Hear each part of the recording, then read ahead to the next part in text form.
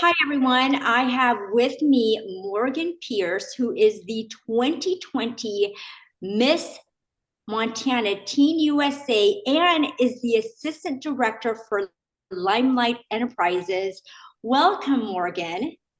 Thank you so much for having me. I'm so excited to be on today. So, Morgan, how has that transition been from title holder to behind the scenes, and which role do you like better? I can't lie, at first I was a little bit hesitant. I wasn't sure if I ever wanted to go back and compete and how that would look taking on an assistant director slash choreographer position.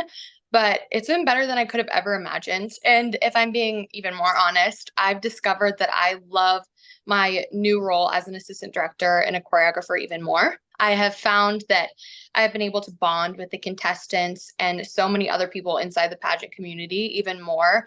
It's been really special for me to get to be a part of their journeys and watch them learn and grow and just really thrive in this environment, especially the girls who have never done it before. It's so cool to be able to hold their hand and walk with them as they discover what pageantry is for them. So I want to give our viewers some backstory. I've known Morgan since she was 14 years old. She was the first runner-up at the Miss Montana Teen USA pageant. Then she won at the age of 15, and now here you are in such a leadership position. Congratulations. Thank you so much. It means the world. It's been such a long journey. It's gone by so fast. It's honestly crazy.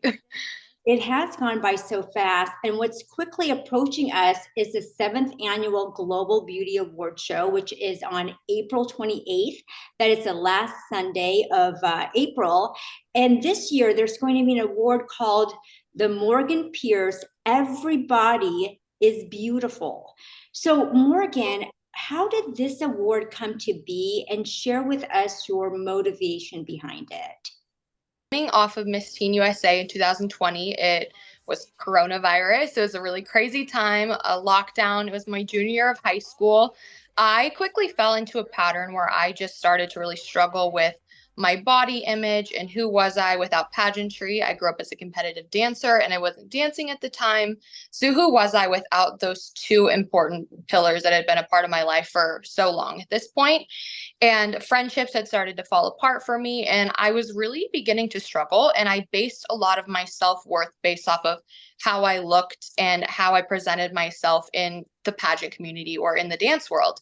And it kind of spiraled into that. And I led into eating disorders for about 2 years. And last year, my mom and I were talking about it, and we were like, man, we would love to see so much more body presence in pageantry. So many different body types are out there, and they're all beautiful, and everybody is built differently and uniquely for those exact reasons. And I think we only see a certain look in pageantry. And it's really important for me that little girls can look on the TV and watch Miss USA or Miss America or Miss World every year and see people up on that stage that look like them. I think that that's so important, especially in today's society. I think that body positivity and body neutrality is becoming more and more heard of. I think it's really started to take a presence on social media.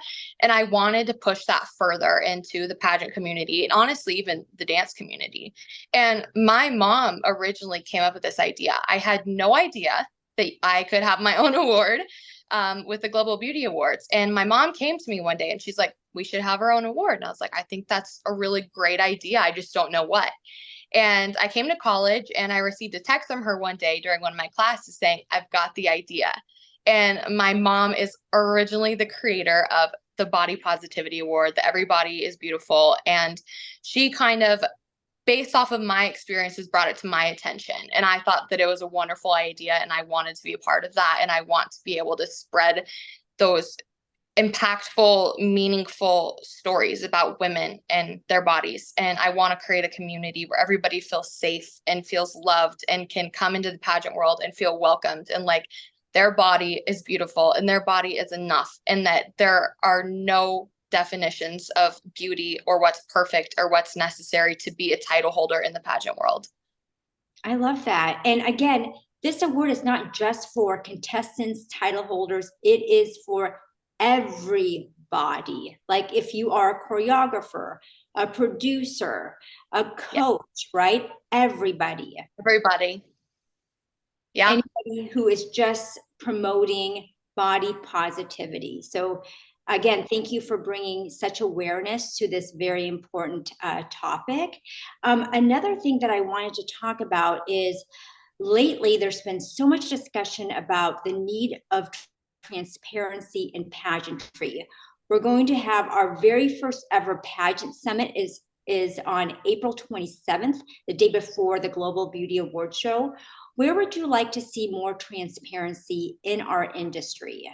I believe that a lot of it really boils down to social media. And I think it's something that we all fall victim to. It's only putting the good on social media, the positive, the what we think is beautiful, the what we think is going to make us look the best. But what we don't see is the negative or the hard days or the tears or the days where we don't feel our best. And I think it's really important that we're all on social media sharing the exciting things and the things that make us happy and the things that make us feel good and what the days that we look our best. But it's equally as important to also share the days that we don't feel those things. I think that, again, especially now in today's day and age, we go onto social media and spend so much of our time on there comparing ourselves. And we're like, their life is perfect. And we put all that pressure on ourselves to do the same. But at the end of the day, nobody's life is perfect. And so we shouldn't be on social media spending so much time comparing ourselves and trying to be like somebody when we're all just human and we all make mistakes and we all have hardships and struggles. And we just need to own those things as much as we own the beauty. Anything else you would like to add to this interview?